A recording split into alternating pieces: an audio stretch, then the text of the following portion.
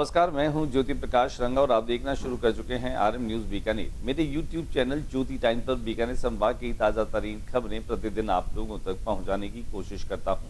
उम्मीद करता हूं आप लोगों को हमारी खबरें पसंद आती होगी।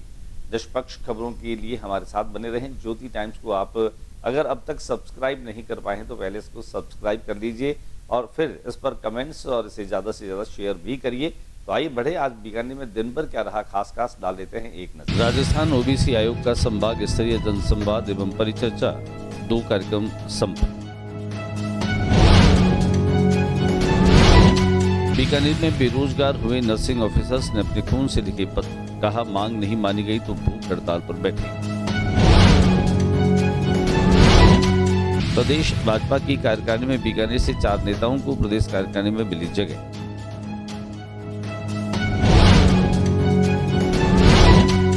शीतला गेट में मुख्य नाला लगभग 300 मीटर लगातार 3 दिन से अवरोध स्थिति में होने की वजह से आम जन को हो रही थी परेशानी, समस्या से मिली निजात। केंद्रीय ट्रेड यूनियन ने देश में लागू 4 लेबर कोड को वापस लेने की मांग को लेकर कलेक्ट्रेट पर किया प्रदर्शन। विवाहित की संदिग्ध परिस्थितियों में मौत का मामला, पीहर पक्ष में ससुराल पक्ष पर लगाया आरोप। राजकीय डूंगर महाविद्यालय में एसआईआर जागरूकता अभियान पर व्याख्यान का हुआ आयोजन। डिपार्टमेंट ऑफ हेल्थ रिसर्च के तत्वावधान में 3 दिवसीय क्लिनिकल ट्रायल वर्कशॉप का सफल आयोजन।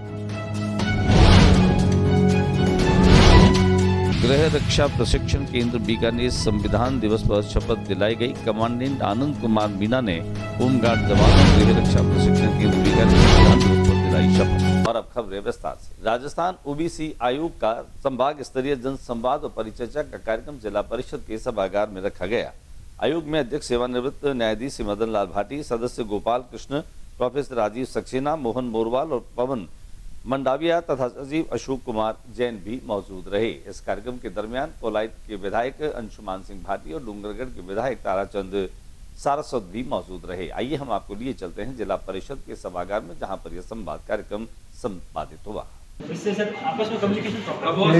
कुमार जैन इस आयोग का सचिव हूँ, चेयरमैन ओबीसी कमीशन।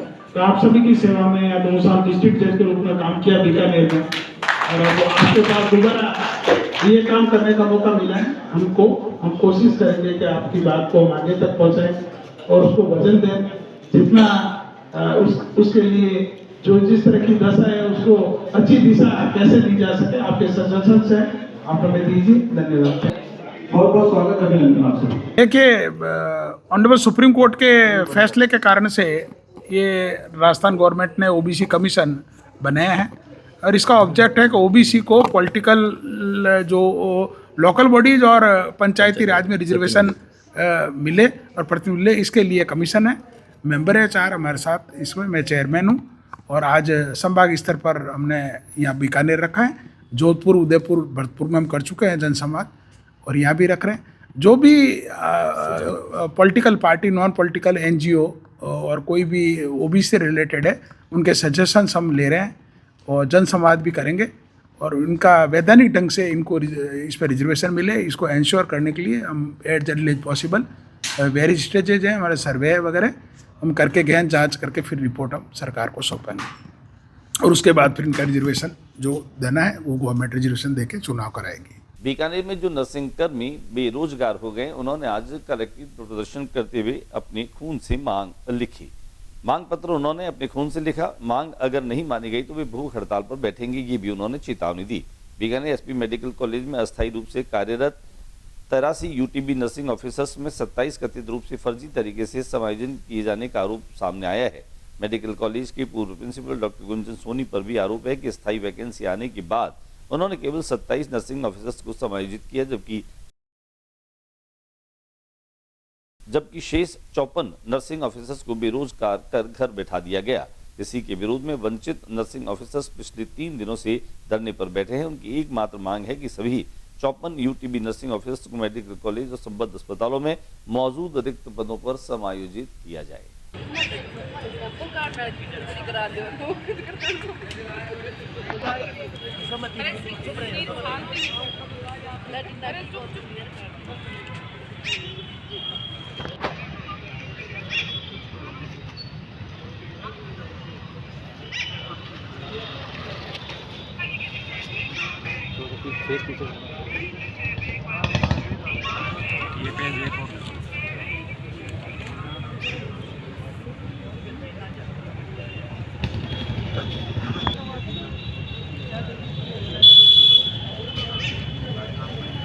ऐसा है कि हम यूटीपी में अधिशेष यूटीपी है।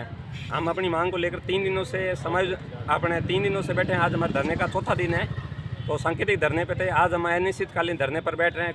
परसों प्रिंसिपल सर ने बोला था कि आप भूख हड़ताल मत करो, 2 दिन और वेट करो। तो आज हमने खून से पत्र लिखा है और आज हम भूख हड़ताल पर बैठे हैं। तो हमारी बस यही मांग है कि SNO सीनियर नर्सिंग ऑफिसर की 118 पोस्ट खाली है, तो हमें हमारी नौकरी दी जाए, हमें एडजस्ट किया जाए। वहीं प्रदेश भाजपा की कार्यकारिणी की घोषणा भी की जा चुकी है। प्रदेश भाजपा की कार्यकारिणी में बीकानेर के 4 नेताओं को जगह मिली है, जिनमें खासतौर से राष्ट्रीय अध्यक्ष JP नड्डा के निर्देशों पर प्रदेश कार्यकारिणी का विस्तार किया गया। बीकानेर में 4 नेताओं को जिनमें जगह मिली है, उनमें नोखा के पूर्व विधायक बिहारी लाल बिश्नोई को प्रदेश उपाध्यक्ष बनाया गया। वहीं अपूर्वा सिंह जो है उन्हें भी जगह मिली है और बीकानेर के अविनाश जोशी को जो है वो IT संयोजक बनाया गया है। बीकानेर शीतला गेट क्षेत्र में एक नाला जो है वह लगभग 300 मीटर जो है वह बिखरा हुआ था, टूटा हुआ था और लगातार 3 दिनों से अवरोध की स्थिति जो है वो बनी हुई थी। इस समस्या से निजात मिली जब विधायक जेठानंद व्यास के त्वरित फोन और समाधान की कार्रवाई को मुकम्मल किया। विधायक जेठानंद व्यास ने दूरभाष पर स्थिति से अवगत कराया, जिस पर उन्होंने शीघ्र कार्रवाई करते हुए नगर निगम आयुक्त को जरूरी संसाधनों का उपयोग कर अवरुद्ध नाले की समस्या से निस्तारित करने के आदेश दिए। दिन भर मशीनों के साथ निगम कर्मियों ने कार्य किया, जिससे नाला सुचारू रूप से शुरू हो गया। लोगों को इस समस्या से राहत मिली। कई लोगों ने विधायक को इसके लिए धन्यवाद भी दिया। केंद्रीय ट्रेड यूनियनों ने देश में लागू 4 लेबर कोड को वापस लेने की मांग को लेकर कलेक्ट्रेट पर प्रदर्शन किया। बीकानेर में केंद्रीय ट्रेड यूनियनों ने देश में लागू 4 लेबर कोड को वापस लेने की मांग को लेकर कलेक्ट्रेट पर प्रदर्शन किया। राष्ट्रपति के नाम कलेक्टर को ज्ञापन भी सौंपा।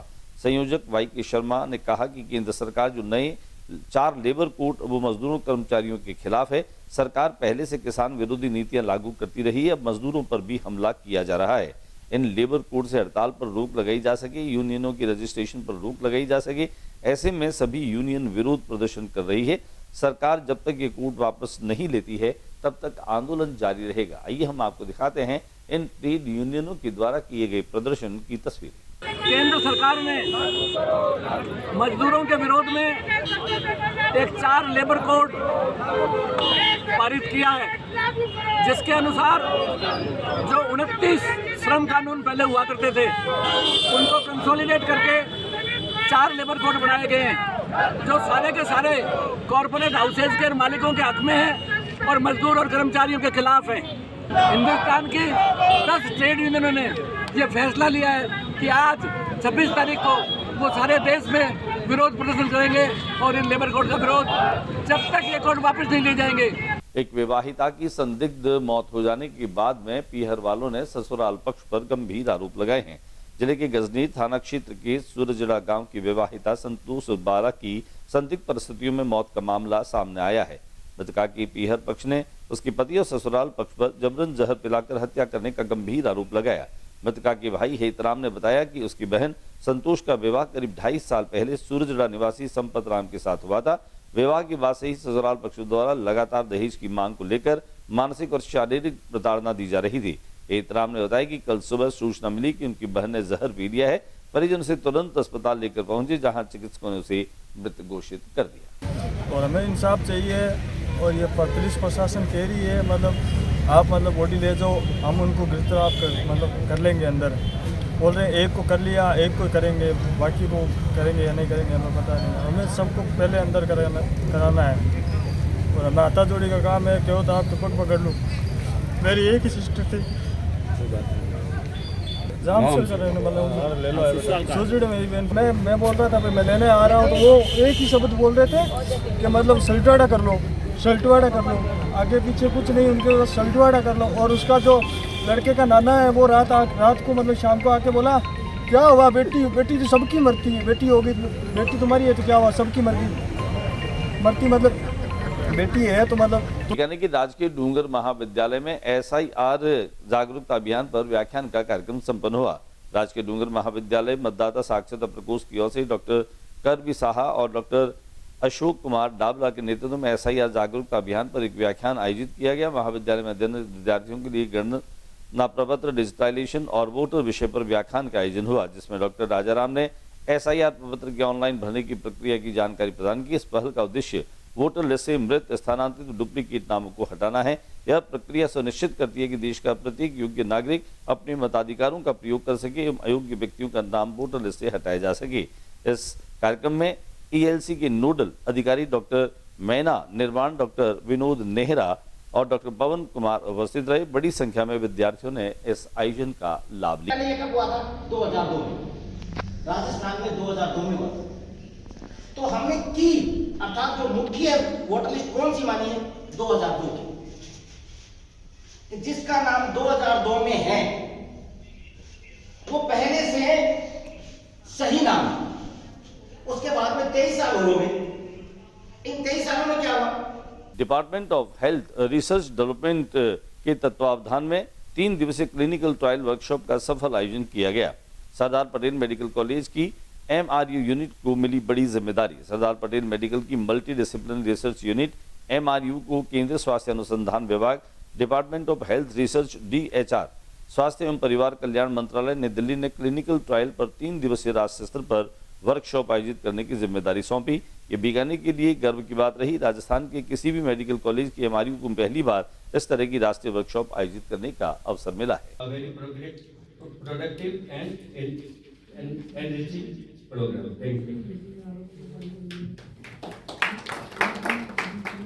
So now I invite and request Dr. Vikram from Tata Memorial to please guide us. So first of all, I would like to thank the organizers hospital for inviting us, and also to ICMR for taking up this initiative.